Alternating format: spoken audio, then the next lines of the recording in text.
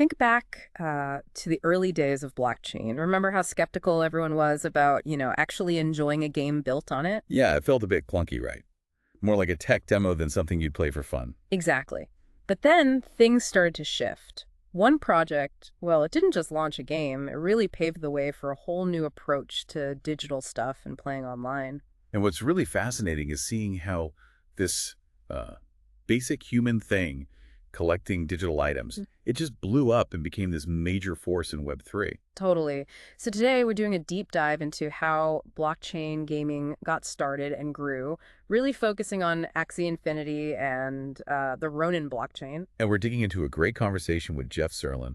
He co-founded Ronin and was right there at the start with Axie, a really key figure. Right, so you had the inside scoop. Our mission here is basically to pull out the key moments, the big lessons learned from how Axie and Ronin took off. Consider it your shortcut, yeah, to understanding this huge shift in Web3, the next phase of the internet, all about decentralization and users owning their stuff.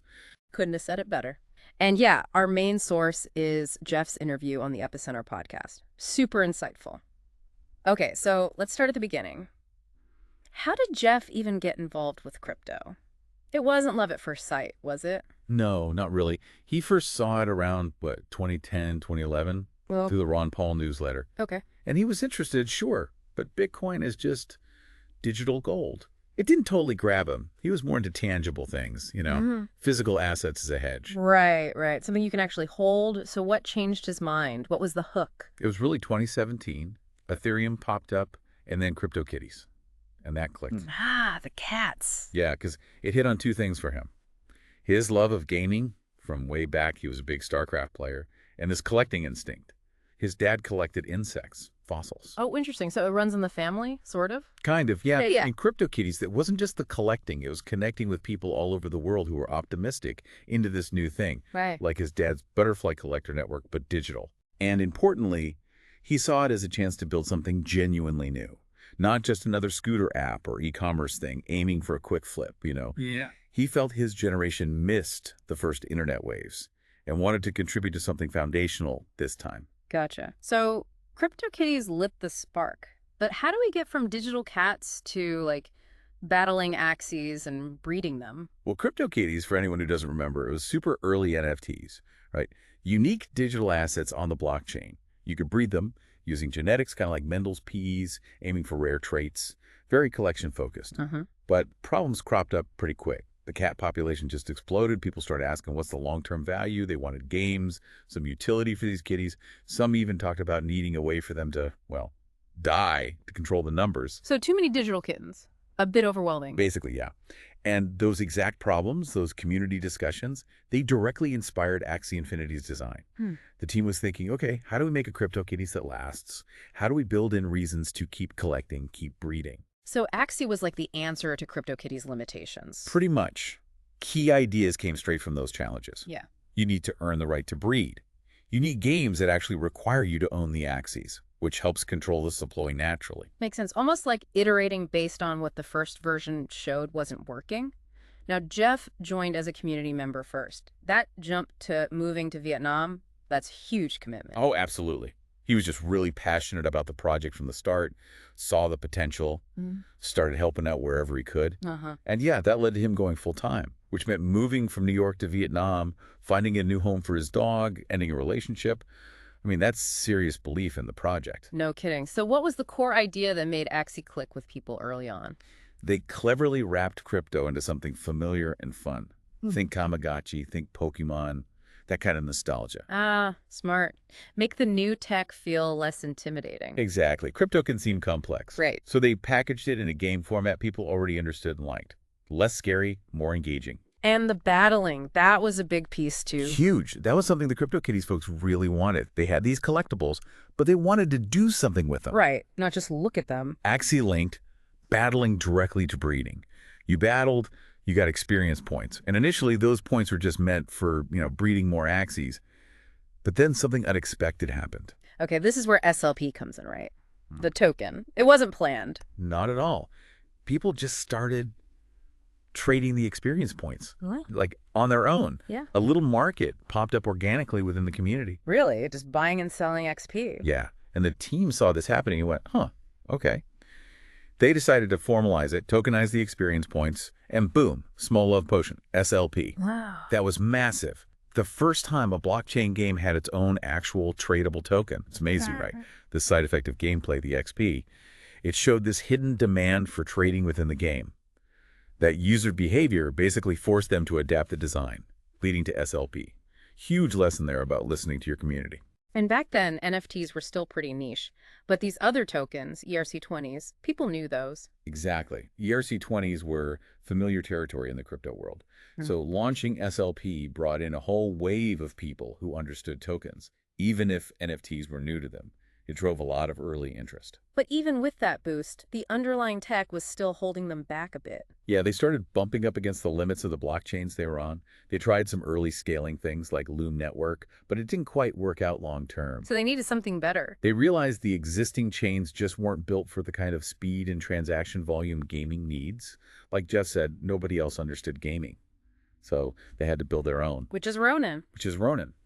A layer 1 blockchain, basically a foundational network designed from the ground up specifically for gaming. Think of it like the main blockchains were general highways, but Axie needed a dedicated high-speed lane just for games. Ronin was that lane. Building your own road because the public ones were too slow. And the results? Immediate and huge. Daily users jumped from maybe 19,000 to 2.8 million. Whoa. Billions in volume. $1.3 billion in revenue. Ronin didn't just let Axie scale, it basically kicked off the whole Web3 gaming category we see today. Incredible numbers. And Ronin didn't just stop with Axie. Nope, it kept growing, started bringing other games on board. Pixels is a huge example. They moved over from Polygon, had maybe 5,000 users. 4 months later, on Ronin, 1.5 million users. Crazy growth. Yeah, so now Ronin is really seen as the blockchain for gaming. And it's open now, so other developers can come and tap into that user base that's already into games and crypto. So it went from solving Axie's problem to becoming this whole gaming platform. Yeah. Okay, let's circle back to play to earn. How did that actually work? Well, the core idea was to make crypto less scary to get into. Instead of complicated mining or buying crypto directly, you could just play a fun game and essentially mine SLP that way. Lowering the barrier to entry. Exactly. And the SLP you earned. You needed it to breed more Axies. So that created built-in demand for the token. Playing the game literally fueled the game's economy. Okay, so playing creates the resource needed to expand. Right, and then they added another layer. Burning Axies. You could destroy an Axie you own to get crafting materials. Ah, a way to remove them from the system. Yeah, think. Which helped manage the Axie population, but also let you use those materials to make your other Axies stronger. It created this idea of a dynamic NFT one that could change and improve through gameplay. And this had real-world effects, right? People earning actual money? Absolutely. That was a huge part of the story. Especially in places like the Philippines, you had people making a real living playing Axie and trading SLP. Yeah. It showed this tangible economic side to it beyond just fun. You have to think why it took off there, though strong gaming culture already, local economic factors, it all played a part. Fascinating. So looking back, what are the big takeaways? What lessons does Ronin share now with game developers? Jeff hits on a few key things. First, early on, you need to be super hands-on. Manual onboarding, really guiding those first users. Right. Then building and managing that big online community. That's crucial. And managing the game economy. The faucets, how tokens come in and the sinks, how they go out. That's a delicate balancing act. Sounds tricky. And he stresses there was no playbook for this stuff. They were figuring it out as they went. The market was constantly changing. That practical learn-by-doing experience must be gold for new developers. Totally. That's a big part of Ronin's appeal now. It's run by a team that's actually done it, launched a massive crypto game, and navigated all those challenges. That real-world know-how is huge. You mentioned Ronin being vertically integrated. What does that mean in a gaming context? It means they've built a whole suite of tools designed specifically for gaming on their chain.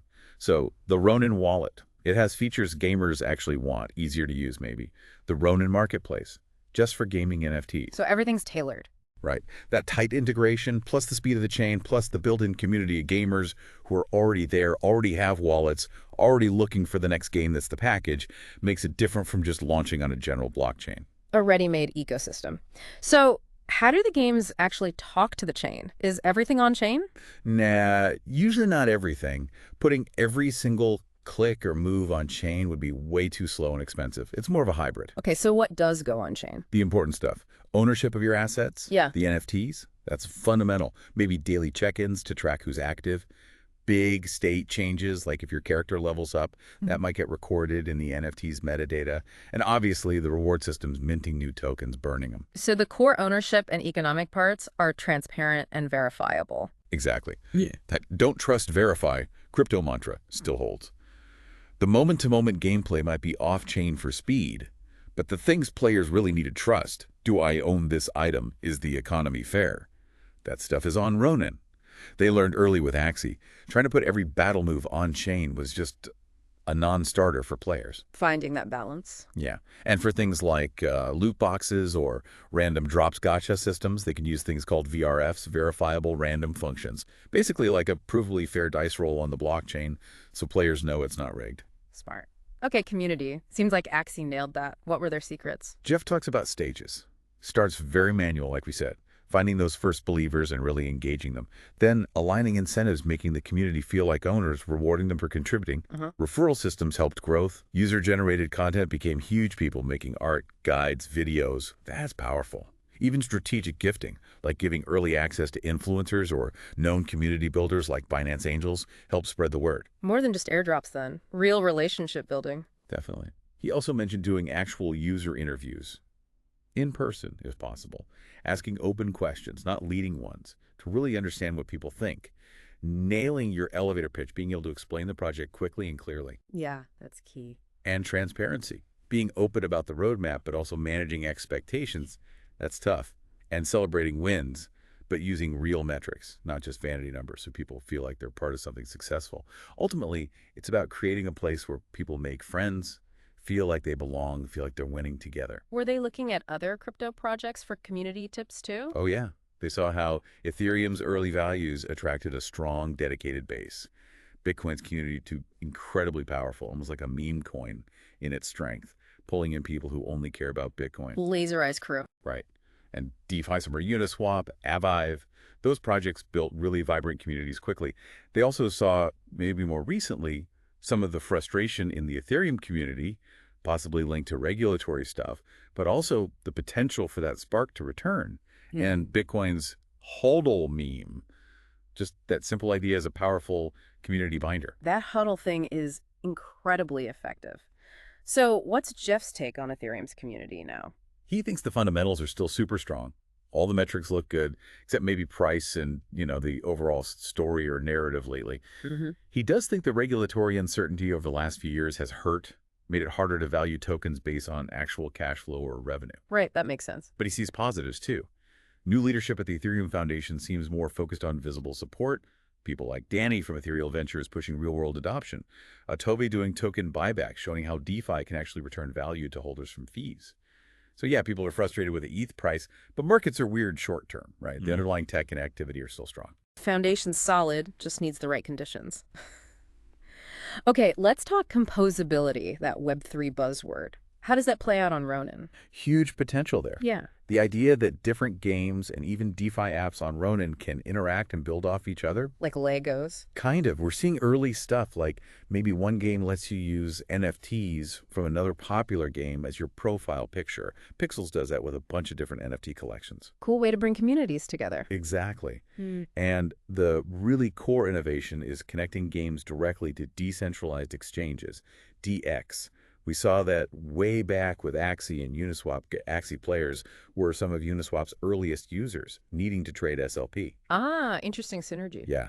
And imagine in-game TX. They could solve that cold start problem where new exchanges have no one trading. The game could actually incentivize the first users, like paying the first people to show up to a party to get it going. Yeah. Just makes everything more connected and potentially more valuable. Creates a real network effect. Okay, based on all this, what kinds of games does Jeff think work best in Web3? He leans heavily towards MMOs, massively multiplayer online games. Like World of Warcraft type stuff. Exactly. Because they already have deep economies, lots of social interaction. Players get really invested in those persistent worlds. He thinks hyper-casual games, the simple mobile ones, are maybe less of a fit unless they add real stakes, like risk or gambling elements where the blockchain actually adds something meaningful. Can you quickly explain MMOs for anyone not familiar? Sure. Think of huge ongoing virtual worlds. Thousands, sometimes millions, playing together. You team up with friends, explore dungeons, craft items, trade resources. There's usually a complex economy. You can fight monsters together, that's PvE, or fight each other, PvP. It's very social, competitive, almost mirrors real life sometimes. Got it. So those deep social, economic worlds are perfect for adding Web3 ownership layers. Now, AI. Big topic everywhere.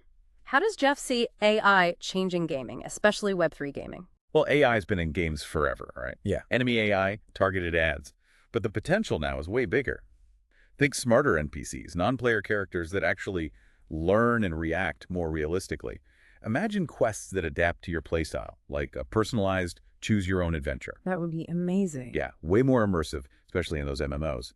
He also thinks AI could be huge for balancing those complex Web3 game economies, figuring out the best way to distribute rewards and keep things stable. AI as the ultimate game master and economist? Wild. This kind of ties into bigger questions about the future, right? Like what happens to human work with AI? That's a deep one.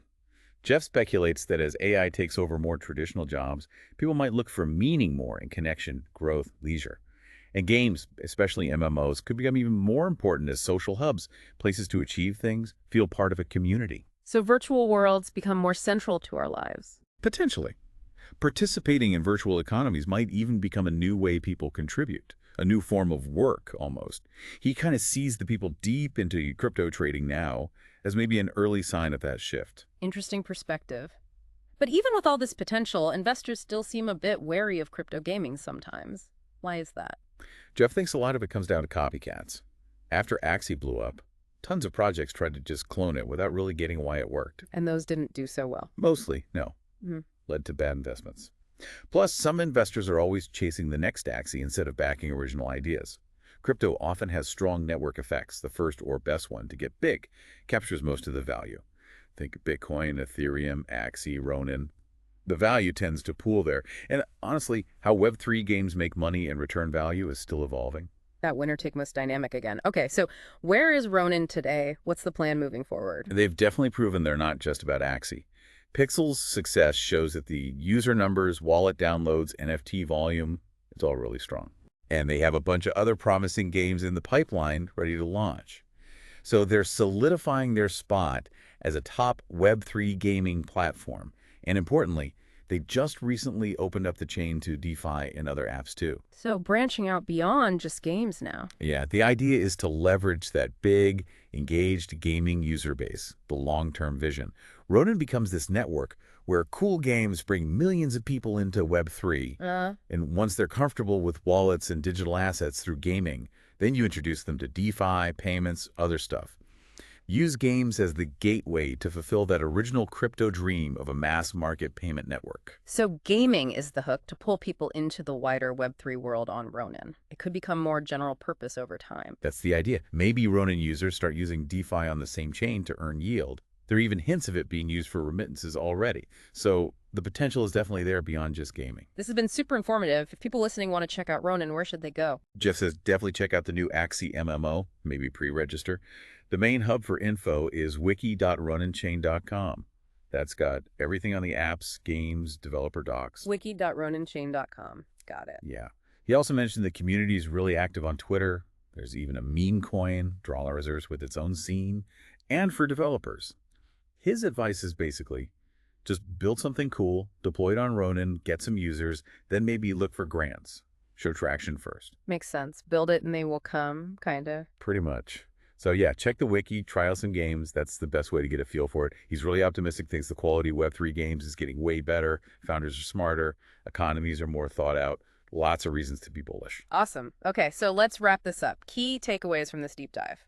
We really saw the evolution, right? From CryptoKitties' early experiments to Axie solving its problems, which forced them to build Ronin. We saw the hard-won lessons in community building, managing tricky game economies, and how Web3 gaming could be this massive onboarding ramp for crypto generally. Absolutely. And it leaves you thinking, given how fast this all moved, what are we not seeing yet? What other impacts could blockchain gaming and these virtual economies have down the line? Makes you wonder how these ideas might bleed over into other Web3 areas too. Definitely food for thought. Well, thanks everyone for joining us on this deep dive.